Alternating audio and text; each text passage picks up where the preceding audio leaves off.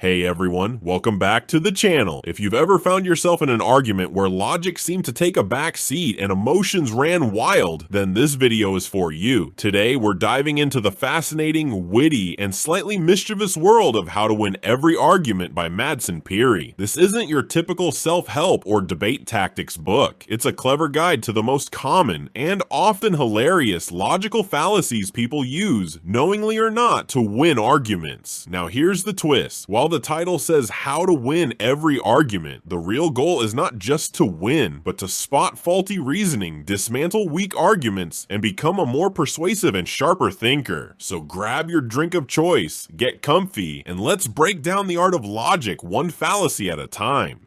What is a fallacy? Before we get into the juicy stuff, let's define a key term. Fallacy. A fallacy is an error in reasoning. Sometimes it's a sneaky rhetorical trick, and other times it's just bad logic. They often sound convincing, which makes them dangerous in debates, politics, and even everyday conversations. Madsen Pirie's book doesn't just list fallacies. He exposes them with wit and charm, making them stick in your brain. Now let's look at some of the most powerful and hilarious fallacies from the book.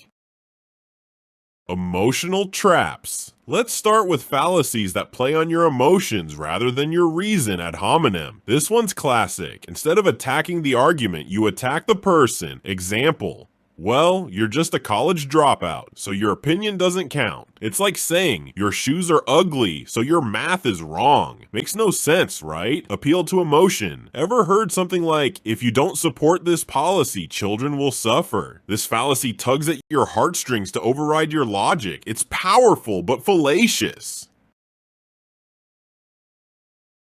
Straw man? This is when someone misrepresents your argument to make it easier to attack. Imagine you say, we should have better public transport. They reply, oh, so you want to ban all cars? Nice try. But no. Appeal to ridicule, mocking an argument instead of engaging with it. You believe in aliens? What's next, little green men? Sarcasm isn't a substitute for logic.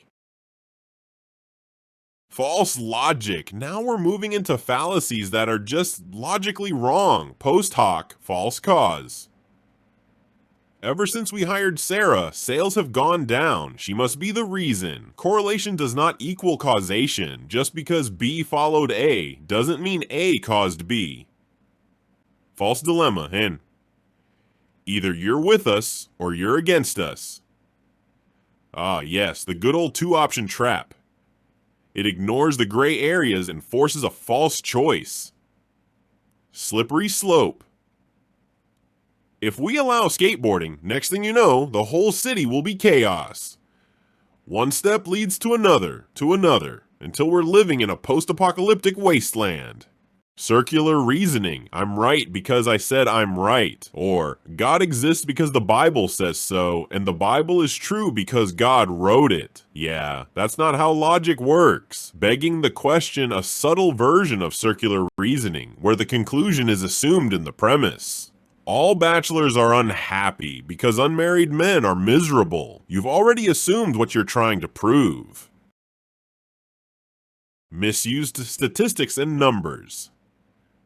Numbers don't lie, but people using them often do. Hasty generalization. My neighbor is rude, therefore all people from his country are rude. Jumping to conclusions based on too little evidence. Misleading statistics. 90% of people felt better after using our product.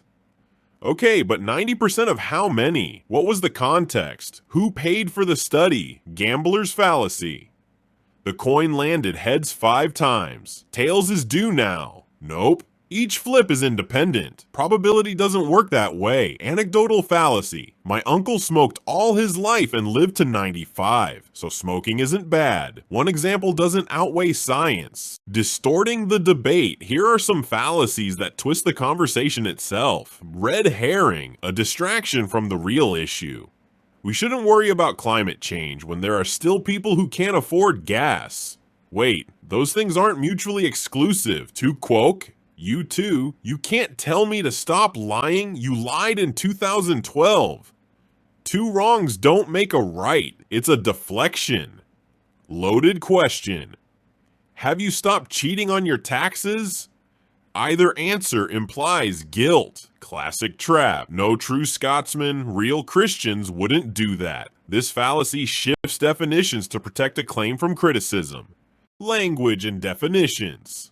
Text animation. Words matter. Now let's explore how language can be twisted to win arguments unfairly. Equivocation.